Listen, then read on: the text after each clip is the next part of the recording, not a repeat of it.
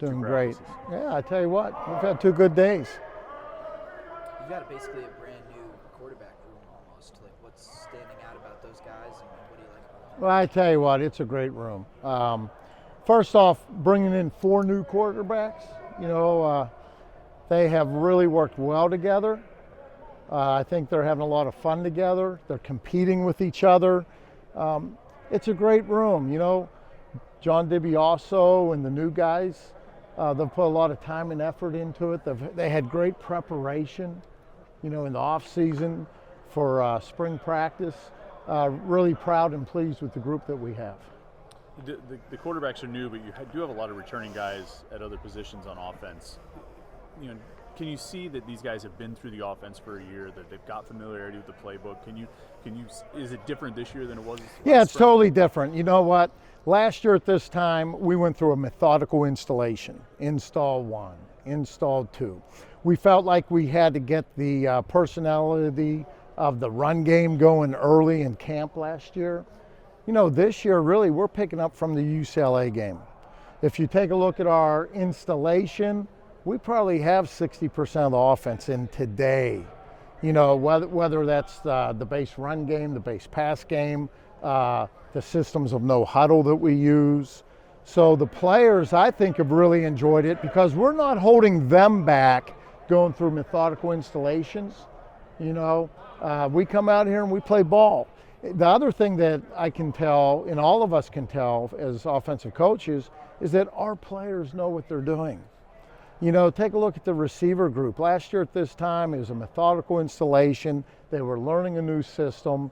And when you look at guys like Bob Means and Tay, you can not only see that they know exactly what they're doing, but you see the leadership and what a great job they're doing helping others through it. What percentage would you say you had in after day 2 last year? You said 60%. Oh, maybe about 15%. I mean, we were teaching the run game. We were teaching the system of the run game, the system of the protection game, the passes. It was very methodical going through, let's say it was 10 installations last year, because we had a system to teach. Well, the system's been taught, and the players know the system. So as coaches, we don't ever want to hold them back. We want to come out here and play football as fast as we can. So when you looked at practice 1 and 2, you saw a lot of offense, you saw a lot of volume, and you saw different styles of play. And that's a tribute to the players. They've done such a great job preparing and playing. What's it like having Phil back and working with him again? Well, first off, it's great always being around players that you've been with in the past. Got great respect for Phil as a person and as a player.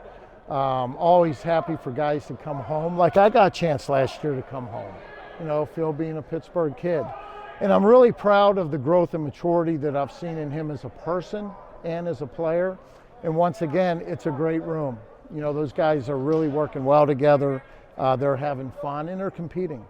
You said there was some growth for Phil based on when you saw him last one out, but what's different about Phil based on when he was at Boston College versus now? I see, technically this would be Phil's 3rd year in this system with myself. And I can just see that he has played in it. He knows the calls. He knows what to do. He's made very good decisions. He's been decisive with the ball. Obviously, his athleticism shows up, whether it's in the run game or the scramble phase that you've seen the first 2 days. And I've seen a growth and maturity in him in terms of leadership. He's always been the ultimate competitor. But you've seen the maturity that you just love to see in all of these players as they go through this time in their life. What do you think from Christian and Nate in different battles? I tell you what, 2 great guys. Obviously, as you stand out here and watch Christian, he's been blessed with talent, as the whole group has. Christian throws a beautiful ball. The ball spins so pretty. He's got a nice live body. He's smart. He puts a lot of time and effort into it.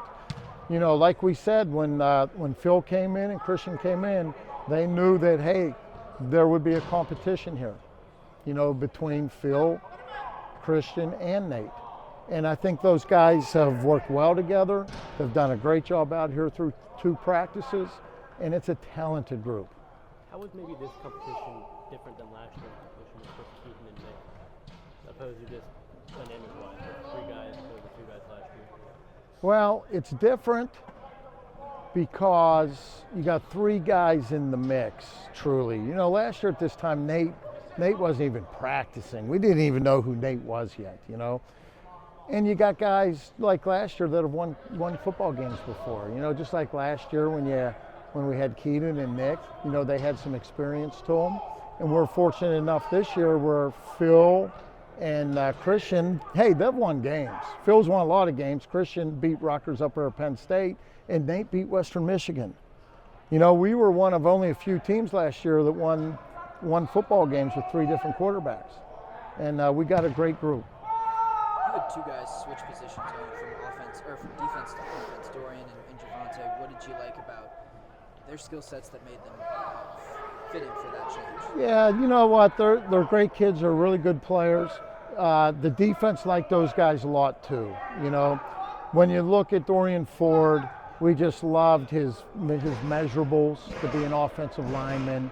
We loved his mental makeup, his toughness. He's a guy that, hey, since I've been here, we talked about a lot. I know, Coach Partridge loves Dorian too, and we're happy to have him. Then Javante, man, look at his measurables once again. You know, the height, the range, the length, the speed, and you know, this spring will be big for those two guys.